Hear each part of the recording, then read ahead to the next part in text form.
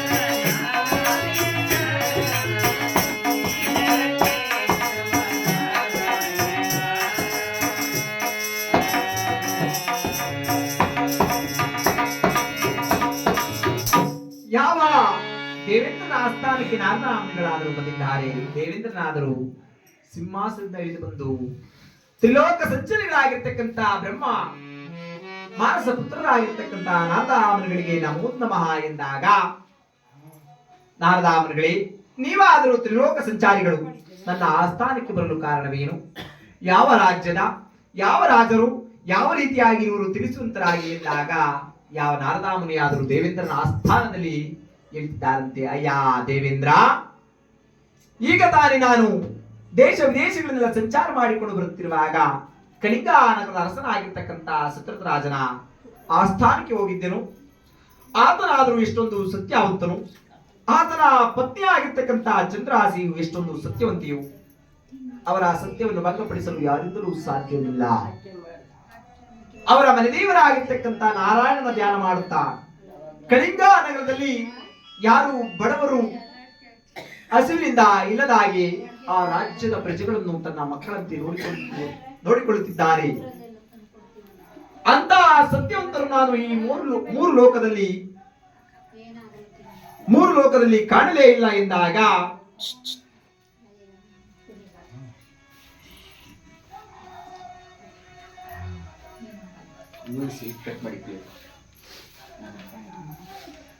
ಮೂರು ಲೋಕದಲ್ಲೂ ನಾನು ಕಾಣಲೇ ಇಲ್ಲ ಎಂದಾಗ ಯಾವ ಜಗದೊಡೆಯನಾಗಿರ್ತಕ್ಕಂಥ ಶ್ರೀದೇವ ಅಲ್ಲೇ ಕುಳಿತಿದ್ದಾಗ, ಯಾರು ಸತ್ಯವ್ರತ ಸತ್ಯವ್ರತ ಅಷ್ಟೊಂದು ಸತ್ಯವಂತನೇ ನಾರದರೇ, ಅಧಿಕಾರವಿದ್ದಾಗ ಐಶ್ವರ್ಯವಿದ್ದಾಗ ಎಲ್ಲರೂ ಸತ್ಯವಂತರೇ ಧರ್ಮಿಷ್ಠರೇ. ಅಧಿಕಾರವಿಲ್ಲದಿದ್ದಾಗ ತಾನೇ ಯಾರು ಸತ್ಯವಂತರೆಂದು ತಿಳಿಯುವುದೋ ಆತನ ಸತ್ಯವನ್ನು ನಾನು ಭಂಗಪಡಿಸುತ್ತೇನೆ ಎಂದಾಗ ಆ ನಾರದಾ ಮುನಿಗಳಾದರೂ ಹೇಳ್ತಿದ್ದಾರಂತೆ, ಅಯ್ಯ ಶ್ರೀರಾಜ, ಅವನ ಬಗ್ಗೆ ನಾನು ಅಷ್ಟೊಂದು ಹೊಗಳುವುದಕ್ಕೆ ನೀನು ಕೋಪಿಸಿಕೊಳ್ಳುವುದು ಬೇಡ.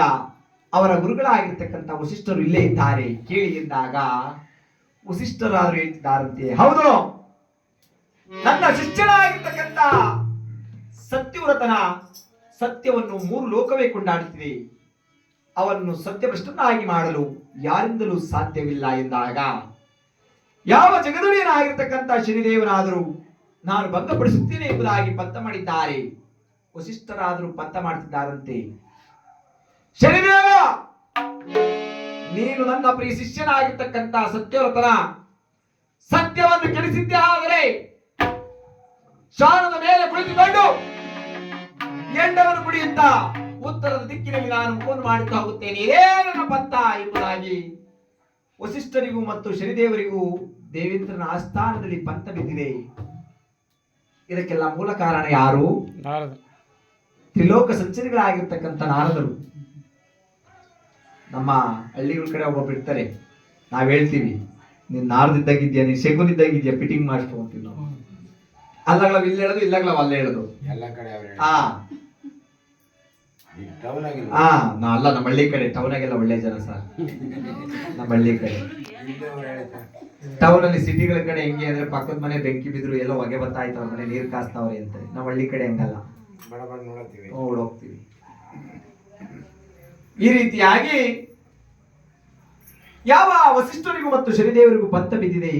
ಇತ್ತ ಯಾವ ಕಳಿಂಗಾನಗರ ರಸನಾಗಿರ್ತಕ್ಕಂಥ ಸತ್ಯವ್ರತ ಮಹಾರಾಜನಾದರೂ ಸತ್ಯ ಧರ್ಮದಿಂದ ನ್ಯಾಯದಿಂದ ನಿಷ್ಠೆಯಿಂದ ರಾಜ್ಯಭಾರವನ್ನು ಮಾಡ್ತಿದ್ದಾನೆ, ಕಳಿಂಗಾನಗರವನ್ನು ಆಳ್ತಿದ್ದಾನೆ.